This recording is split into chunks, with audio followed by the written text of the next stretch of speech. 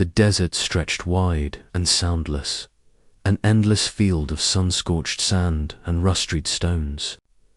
To most humans, the region was uninhabitable. To the alien commanders of Outpost E-73, it was perfect, quiet, distant, and hidden from the conflicts that had shaken the galaxy for decades. Commander, a veteran of 3 wars and bearer of scars older than most civilizations, preferred it that way. He was one of the Dravari, a tall, obsidian-skinned species covered in faint, bioluminescent lines that pulsed with emotion. And for years, those lines never glowed brighter than a dull blue, the color of grief held deep and tight. He had accepted that life. He had accepted solitude. He had accepted the loss that had burned a hole through him 20 years earlier, until the day the child arrived. The girl in the dust. The outpost sensors blared. Unidentified organism approaching on foot, the AI announced. Ralcor frowned. No one lived within 200 kilometers. He walked to the observation deck, expecting a local scavenger animal or perhaps a malfunction. But instead, across the shimmering heat, he saw a small figure running. A child, human, barely 8 or 9. Clothes torn, face covered in dust, legs wobbling with exhaustion. She stumbled every few steps, but she kept running straight toward the alien stronghold. Open the outer shield, Ralcor ordered. Commander, the AI objected. Protocol, open it. The shields flickered and parted. The girl collapsed through the barrier and fell face first into the sand. Ralcor sprinted faster than anyone expected.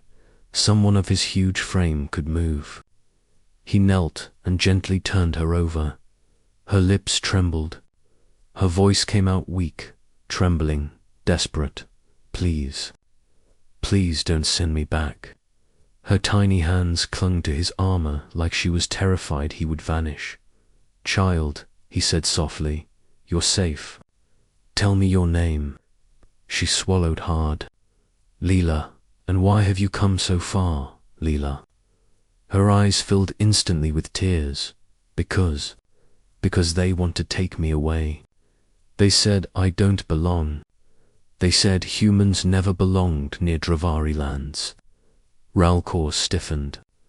His bioluminescent lines flickered, shifting into a troubled purple dot. The Dravari human peace treaty was fragile, but Outpost E-73 was on shared territory. No one should have chased this girl. Who told you that? He asked gently. My village, the mayor, the guardians. Her breath shook. After Mama died, they said I had no family left, that I had to be moved, that I wasn't their responsibility anymore. She pressed her forehead into his chest. I don't want to go with them.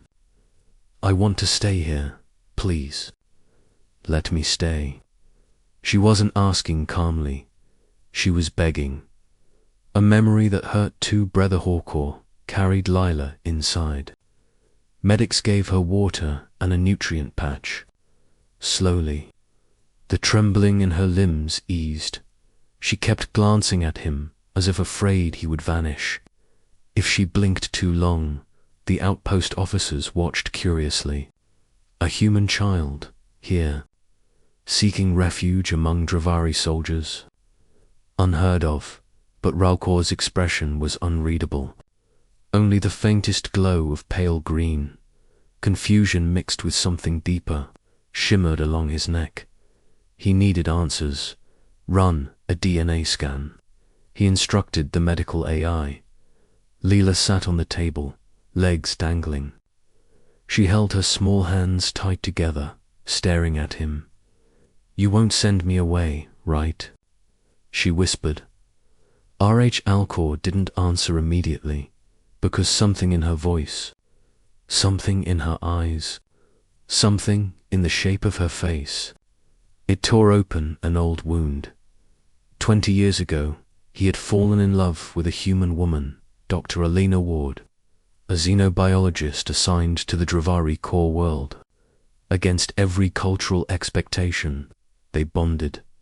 They dreamed of a child. But then a political assassination attempt killed her and their unborn daughter at least. That's what he had been told. He had grieved until his blood turned to fire. He had buried everything. He had clawed his way through wars, never letting himself feel again. And now, staring at this girl, something felt wrong, or right, or impossible. The scanner beeped. The AI projected the result into the air. Ralcor froze. His bioluminescent lines exploded into bright gold, the color of overwhelming emotion. As the truth hit him like a meteor dot, the DNA marker, the mitochondrial trace, the hybrid compatibility signature.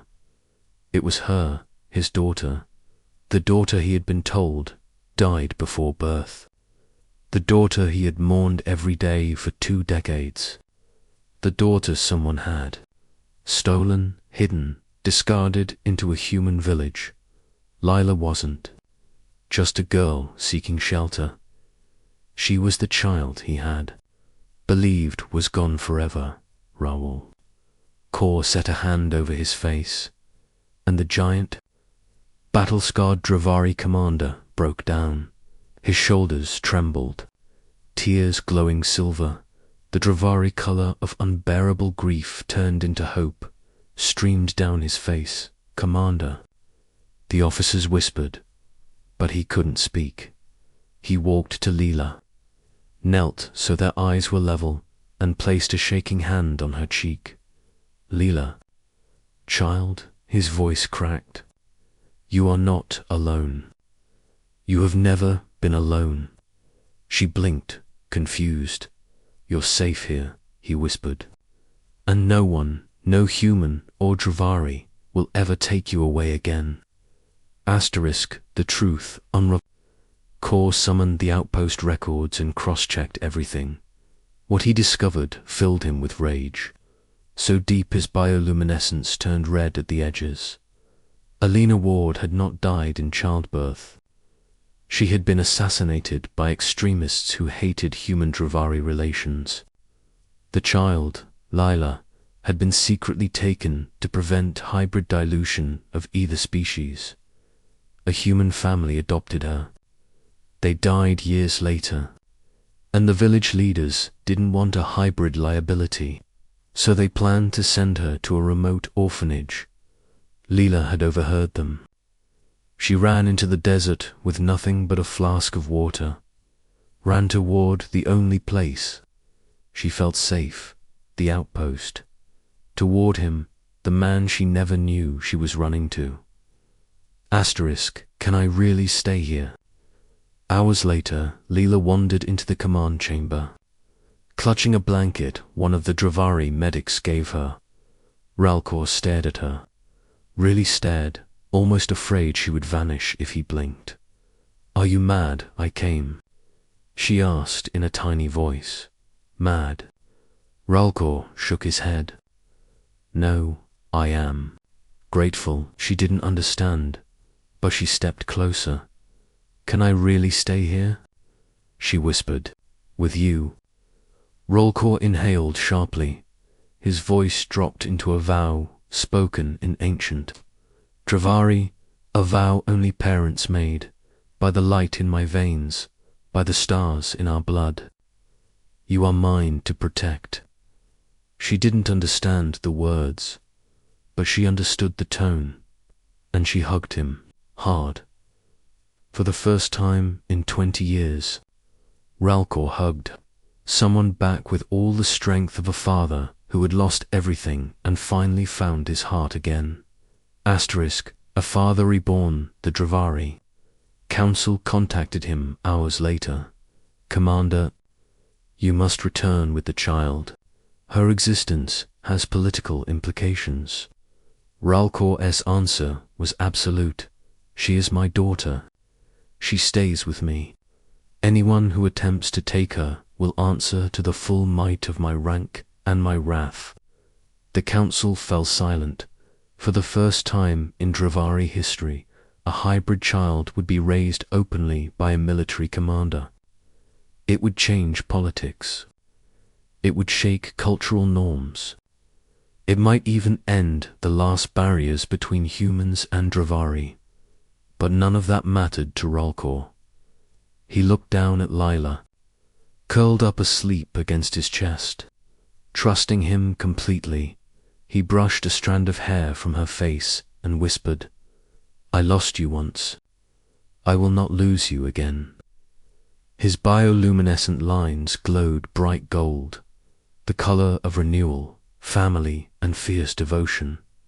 And deep within Outpost E73, a forgotten heart began to beat again. Asterisk.